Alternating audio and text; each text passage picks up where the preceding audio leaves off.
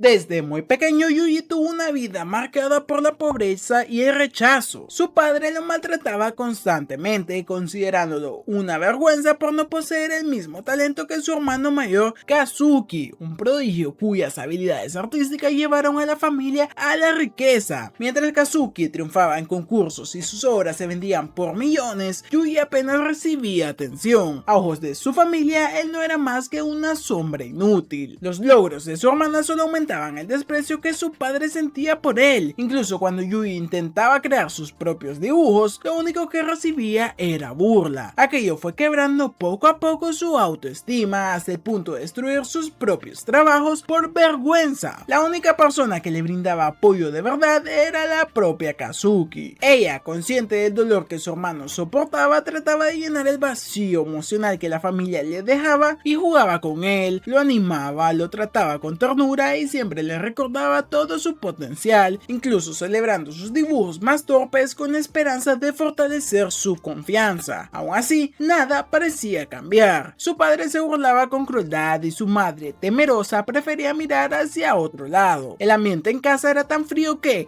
incluso cuando la familia salía a cenar, Yuji quedaba atrás, alimentándose solo de pan duro que debía remojar en agua para poder tragar. Kazuki, impotente, trataba de defenderlo, pero su voz no era suficiente para revertir la indiferencia de sus padres. Con el tiempo, Kazuki comenzó a apagar su propio brillo, renunció a sus estudios en París y se quedó con Yuji, intentando crear un refugio para él. Le enseñaba a leer manga y lo animaba a hacer amigos, temiendo que se convirtiera en alguien tan vacío y resentido como su padre. Mientras tanto, sus dibujos ocasionales se convirtieron en la única fuente de ingreso para la familia, lo cual solo agudizó la dependencia y la tensión. El vínculo entre Yuji y su hermana se volvió cada vez más intenso y ambiguo. Kazuki se obsesionó con protegerlo a toda costa. Comenzó a controlar con quién hablaba, especialmente si se trataba de chicas. Le exigía permiso para hacer nuevas amistades y se molestaba si sentía que alguien podía ocupar su lugar. Un día incluso llegó a proponerle que se bañaran juntos como hermanos normales, y más tarde lo besó afirmando de que lo que compartían era amor verdadero. A pesar de todo esto, Yuji intentó llevar una vida normal. Se inscribió en una escuela secundaria común y se unió al equipo de baloncesto para ocultar sus verdaderas habilidades. Pero debajo de esa fachada se escondía alguien que ya sabía manipular a su entorno. Pero ese frágil equilibrio se rompería en un instante. Un accidente de autobús, un barranco y docenas de vidas perdidas. Solo una sobreviviente, una chica pelirroja. Tras la tragedia del accidente, la vida de Yuji se tornó aún más oscura. Su padre, incapaz de lidiar con la pérdida y consumido por su propia frustración, cayó en una profunda depresión que lo arrastró directo al alcoholismo. Su carácter se volvió más violento y errático y su madre, temiendo por la seguridad de su hijo, comenzó a esconderlo cada vez más de aquel hombre. Yuji solo podía oír los gritos que su padre lanzaba con furia. Finalmente, Yuji y su madre decidieron escapar y se mudaron a un pequeño lugar donde, por primera vez en mucho tiempo, su madre lo trató como un verdadero hijo. Yuji, aunque vivía en la pobreza, comenzó a disfrutar del calor de una familia real. La comida hecha por ella, los pequeños momentos compartidos, todo era simple pero lleno de afecto, y aquella etapa, por breve que fuera, se sintió para él como el cielo. Pero esa paz sería efímera. Un año después su padre los encontró y la escena fue brutal. El hombre, completamente fuera de sí, le exigió a la madre de Yuji que le diera otro huevo de oro. Yuji no pudo soportarlo más y trató de enfrentarlo, pero su padre lo empujó con violencia contra el refrigerador, y con el cuerpo adolorido y los recuerdos de su hermana en la mente, Yuji miró fijamente a su padre, decidido a terminar con todo. Recordó las palabras de Kazuki preguntándole alguna vez con qué mano acabaría la vida de un hombre. Su madre, desesperada, le pidió que huyera, le entregó todos sus ahorros diciéndole que lo alcanzaría luego. Confiando en ella, Yuji corrió hasta la estación de tren. Esperó por horas hasta que las sirenas de ambulancia comenzaron a escucharse en la distancia, y cuando regresó a casa lo que encontró fue devastador. Su padre había sido acuchillado y su madre ya no estaba con él. Nunca más podría volver a escuchar su voz. Despertó en un hospital solo con una nota de su madre. En ella se disculpaba preguntándose en qué había fallado y deseando poder haber vivido un poco más junto a él. Sin familia familia y sin hogar, Yuji fue tomado por un misterioso hombre llamado Rai, aquel sujeto que había aparecido en su casa años atrás con una sonrisa inquietante y una caja de chocolates. Ahora se convertiría en su tutor. Lo vistió como a su hermana Kazuki y lo trató con una mezcla de obsesión y perversidad. Aunque Yuji se esforzaba por ignorarlo, no podía negar que, al menos, tenía un lugar donde comer y dormir. Pero aquel refugio era solo el inicio de otro infierno. Una noche, ese guardaespaldas de Rai intentó abusar de él y Yuji, impulsado por su instinto de supervivencia, acabó con su vida. Rai, lejos de molestarse, lo felicitó por haberse defendido y le dijo que lo convertiría en una herramienta perfecta, así que lo envió a un campamento militar para endurecerlo. Ahí Yuji fue moldeado como un arma y día tras día se entrenó para volverse el soldado perfecto. Rai, quien se hacía llamar Oslo en aquella isla, lo adoctrinó en la idea de que todos eran sus enemigos, la humanidad, sus padres e incluso su propia hermana. Solo Oslo era su aliado y los cuchillos su única forma de sobrevivir. Aunque era acosado por los demás niños, hubo una excepción, una chica amable llamada Marlene, quien no recordaba su pasado, lo cuidaba y hasta guardaba su comida para él. Para Yuji era como un rayo de luz en medio de la oscuridad, pero incluso eso fue arrebatado. Llegó el día del examen. Su prueba era simple, debía matar a quien estuviera al otro lado de la arena, y esa persona efectivamente era Marlene. Yuji no dudó, corrió hacia ella con velocidad, golpeándola y derribándola una y otra vez. Sus reflejos y su fuerza la superaban claramente. Incluso cuando Marlene intentaba levantarse, Yuji la volvía a tirar al suelo con una patada implacable. Pero entonces su mente se quebró. Las imágenes de su madre, los gritos, la sangre, el dolor, todo se volvió en su cabeza de golpe. Y aquella noche, con aquella pérdida, su espíritu se resquebrajó. Y en ese instante fue Marlene quien lo derribó y se paró sobre él sonriendo. Tras ser derrotado por la propia Marlene en aquel examen final, Yuji quedó tirado en el suelo, humillado y vencido. Marlene, aún de pie, comenzó a golpearlo una y otra vez, mientras Yuji asumía que ese castigo era el precio que debía pagar por haber destruido a su padre. Encerrado en una celda con el cuerpo cubierto de heridas, Yuji fue visitado por Marlene, quien entró llorando, arrepentida por haberlo lastimado. Se disculpó entre sollozos, deseando no haber tenido que levantarle jamás la mano, y aún así fue la única que se preocupó por él durante sus días tras las rejas. Le llevaba comida, hablaba con él y fue su único rastro de humanidad hasta el día de la graduación, porque ese día Marlene le dijo a Yuji que volverían a verse algún día, pero fue una promesa que jamás se cumplió. Aquellas palabras fueron lo último que escuchó de ella. Tiempo después, una enfermera le dijo a Yuji la noticia. Marlene había perdido la vida y entonces la culpa lo golpeó de frente. Se preguntó si acaso su amabilidad había sido un error. Tal vez si le hubiera golpeado de regreso, si se hubiera entregado al odio, podría haberla salvado. Tras graduarse del campo de entrenamiento, Yuji recibió su primera misión oficial. Tenía que acabar con la vida de un hombre rico, y para cumplir el encargo se disfrazó de doncella y se infiltró en su mansión. Con rapidez y precisión completó esa tarea, y así, una tras otra, sus misiones fueron ejecutadas con éxito, cada vez más letal y cada vez más vacío. Pero su historia dio un giro inesperado cuando un día las fuerzas especiales irrumpieron en la base de Oslo. La policía arrasó con todo a su paso. El operativo fue brutal. Los agentes destruyeron la seguridad del lugar y acorralaron a Oslo. Cuando llegaron al núcleo de refugio, encontraron un pasaje subterráneo sellado con una puerta de acero. La volaron por los aires esperando encontrar a su objetivo, pero dentro solo había un niño de cabello blanco. Era Yuji, sentado en la oscuridad, solo, y en ese instante su cabello blanco comenzó a caer como si algo dentro de él se quebrara para siempre. Masako, una de las oficiales del operativo, observó al niño con atención y supo de inmediato que había encontrado algo más que un superviviente, así que decidió llevárselo a Japón, y junto a ella fue Ivy, quien exigió supervisarlos dentro del hospital. Pero el primer encuentro no fue precisamente cálido. Masako le ordenó salir de la cama en 40 segundos, golpeándolo en la cabeza y amenazándolo sin piedad. Cuando Ivy intervino y le pidió que fuera más amable con el chico, Masako simplemente respondió que Yuji no sabría cómo reaccionar ante la bondad, porque jamás la había recibido. Le agarró la cara y le prometió que a partir de ahora sería su diosa y su única guía. Ya en casa le exigió que se quitara la ropa sucia, pero lo que descubrieron los dejó en shock. El cuerpo de Yuji estaba cubierto de cicatrices, heridas de bala, quemaduras y moretones. Masako le pidió a Hibie que trajera comida y bebida, pero Yuji no tocó nada. En cambio, cuando una simple mosca se posó sobre la mesa, él la aplastó con la mano. Su mirada se perdió en el insecto muerto, su mente congelada, y de pronto comenzó a gritar de terror y terminó vomitando. Masako intentó reconfortarlo, pero solo atinó a reprenderlo con dureza por vomitar en su casa. Durante la noche lo bañó y descubrió la verdadera magnitud del daño: 2 heridas de bala aún abiertas, incontables cortes de cuchillo, huesos rotos mal curados y otro sinfín de cosas. Era un milagro que estuviera vivo. Masako pensó que quizás la muerte habría sido más compasiva, pero en lugar de rendirse juró que protegería como su nueva deidad personal a ese niño. Al día siguiente Masako se sentó sobre él, forzándolo a comer. Yuji, en su desesperación, le suplicó a JB que lo ayudara, y Masako se burló de ella,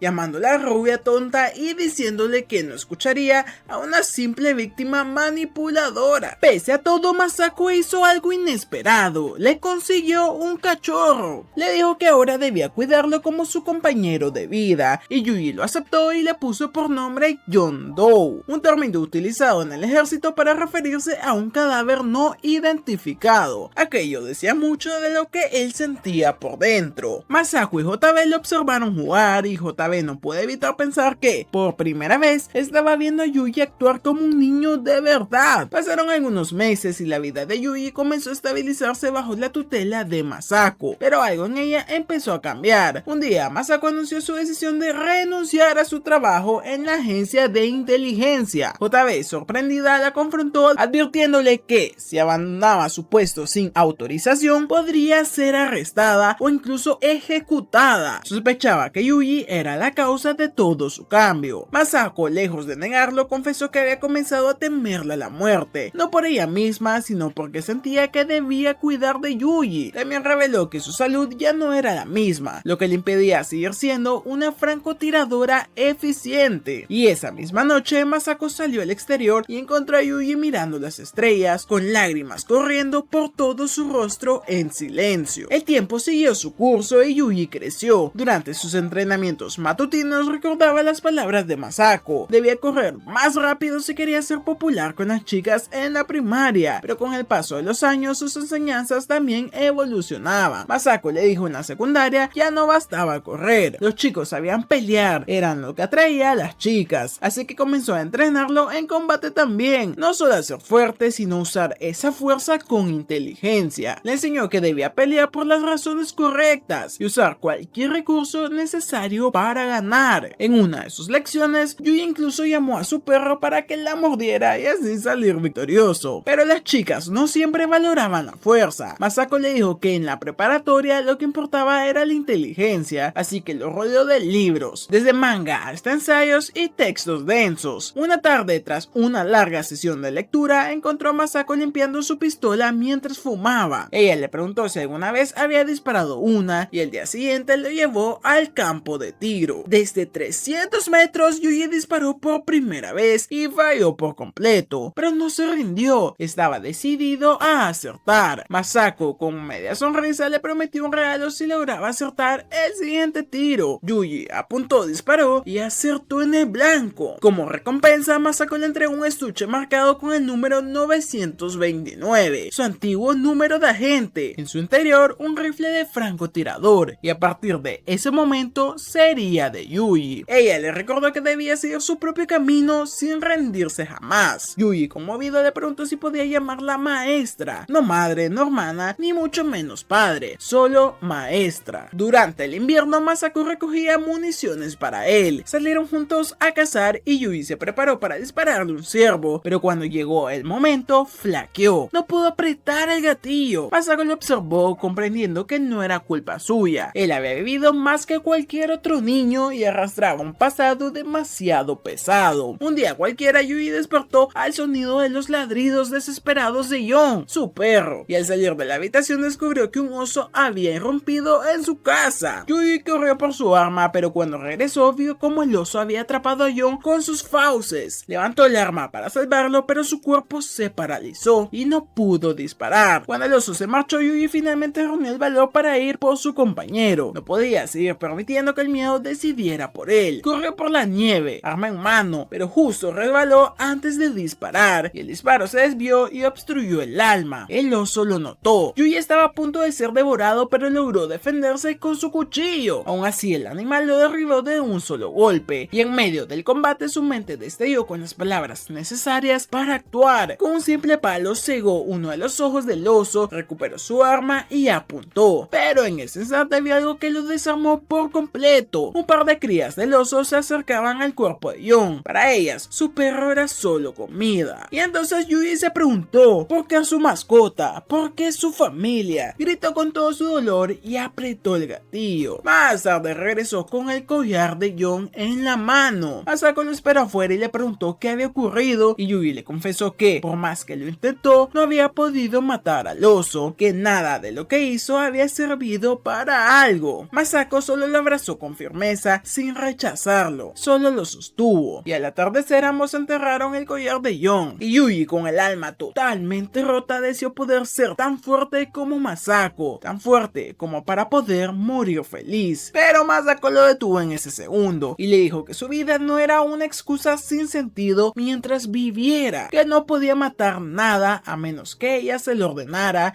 y le recordó que cada comida, cada día bajo un techo, cada bala era pagada por los contribuyentes, y por eso él tenía una deuda con el mundo, una deuda que debía saldar protegiéndose. En el pasado, Asako le dijo a Yuji que antes no habría podido morir hasta eliminar a 10 enemigos, pero ahora su misión era completamente distinta. Debía salvar a 10 personas. No importaba si era demasiado débil como para apretar el gatillo por sí mismo, siempre debía tener el coraje de hacerlo si era para proteger a alguien más. Y con el paso de los años, JB observaba el crecimiento de Yuji desde la distancia. Un día, Asako reveló con una sonrisa que Yuji finalmente había completado el desarrollo de su trama. JB, confundida, preguntó a qué tipo de historia se refería, y Masako respondió sin pudor que ella era esa historia, el día que dejó atrás su armadura emocional y culminó en su rostro antes de llegar a esa acción descendente. Yuji recordaba bien ese momento. Estaba en la ducha y Asako le preguntó cuándo era su cumpleaños. Él respondió que justamente ese día. Entonces ella le preguntó qué quería como regalo, y el prota ingenuamente respondió que deseaba una tutora más amable. Ella lo mordió, lo hizo sonrojar, y entonces le prometió el mejor regalo de todos, ella misma. Ese fue el día en que compartieron su primera vez. JB no podía dejar de preguntar si solo lo habían hecho una vez, y Masako, sin reservas, dijo que desde entonces habían completado el desarrollo de la trama del prota todos los días. Justo en ese momento, Yuji regresó con el ramen y JB cambió rápidamente de tema, fingiendo que no hablaban de nada, y Masako burlona le dijo que por eso nunca había alcanzado su propio clímax. Le pidió que le diera una oportunidad, ya que lo había entrenado bien, y para desinhibirla le sirvió algunas copas. Después de unas cuantas botellas, Masako, ya embriagada, llamó a Yuji para encargarle una misión especial: hacer pasar a JB un buen rato. La llevó al dormitorio y no la dejó ir. Esa noche la cena quedó sin tocar, y en su lugar fue JB quien terminó siendo, ya saben, devorada por el bueno del prota. Pasaron algunos años más, pero mientras Yuji seguía creciendo, la salud de Asako comenzó a deteriorarse. Yuji notaba cómo sus manos temblaban cada vez que bebía. Preocupado, le rogaba que dejara el alcohol, pero cada vez que le preguntaba si estaba enferma, ella lo negaba con una sonrisa forzada. Aún así, no podía ocultar el deterioro de su cuerpo. Su desconexión aumentaba, faltaba al trabajo con frecuencia, y había días en los que ni siquiera podía contestar al teléfono. Yuji empezó a cubrirla en sus tareas, atendiendo llamadas importantes en su lugar, y un día un agente le ordenó a Masako que respondiera a una misión de alto nivel, invocando al artículo 9, así que Yuji, sin pensarlo, asumió esa misión. Poco después, JB le preguntó por qué ya no hablaba con él en el sitio de operaciones, y Masako confesó con voz baja que en realidad no había sido ella quien había estado completando los trabajos, sino Yuji. JB, furiosa, explotó al enterarse y acusó a Masako de estar obligando a Yuji a seguir los mismos pasos que Oslo, el hombre que lo manipuló desde niño. Pero Yuji no lo veía así, insistió en que era su propia decisión y que quería algún día devolverle a Masako todo lo que ella había hecho por él. JB, preocupada, temía que Yuji se estuviera hundiendo en el mismo estilo de vida autodestructivo que Masako, pero él lo tenía claro. Esta era la única forma en la que podía encontrarle sentido a su vida. Ella no se quedó callada. Salió de la base con Yuji y mientras se alejaban por el río, disparó su arma al aire liberando toda su frustración. Y entonces le preguntó si acaso él le había dicho a Masako que quería ser como ella. Yuji respondió que sí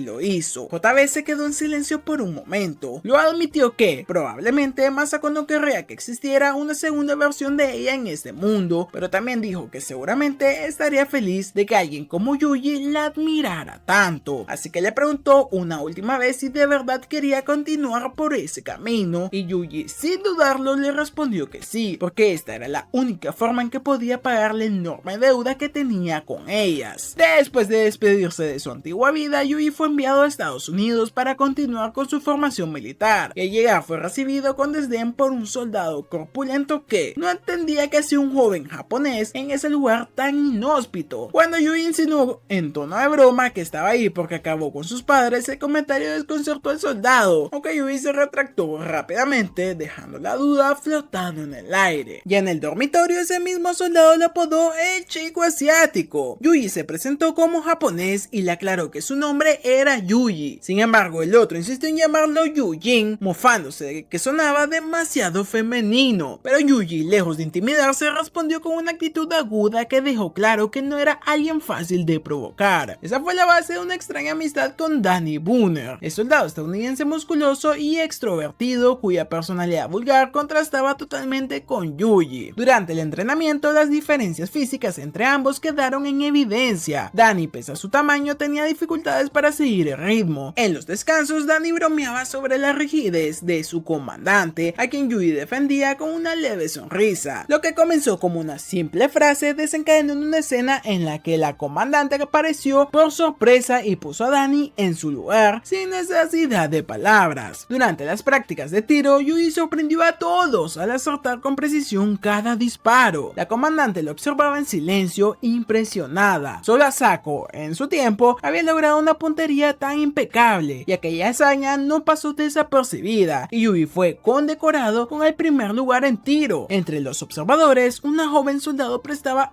especial atención a su desempeño. Esa misma noche, ella se le acercó. Su nombre era Millie y había quedado en un segundo lugar en la puntería, y sentía que tenía algo que demostrar. Junto a la piscina, Millie intentó imponerse con brusquedad, pero Yuji la contuvo con serenidad. En lugar de una confrontación, lo que siguió fue una conversación sincera. Fueron juntos al campo de tiro, donde Millie compartió un recuerdo de su padre, quien decía que podía acertar a blancos fuera de alcance. Ella pensaba que era solo una exageración de borracho. Yuji falló su primer disparo, pero antes del segundo se tomó un momento para respirar. Observó el cielo, preguntó en voz baja por su color, apuntó y esta vez acertó. Le dijo que quizás su padre no mentía, y en ese instante Millie descubrió que podía confiar en alguien. Con el entrenamiento finalizado, Yuji fue asignado a una misión en el extranjero. Durante el viaje en el barco, Danny, siempre en su estilo burlón, le preguntó qué había comprado con el dinero ganado. Mientras él se jactaba de haber adquirido un carro, Yuji confesó haber comprado solo un reloj de dama. Danny se rió de su elección, sugiriendo con comentarios vulgares que Yuji había estado demasiado cerca de Millie, y ella, escuchando todo, lo puso en su lugar con un solo golpe. Mientras tanto, entre los tripulantes del barco, un individuo extraño jugaba con fervor a un simulador de citas con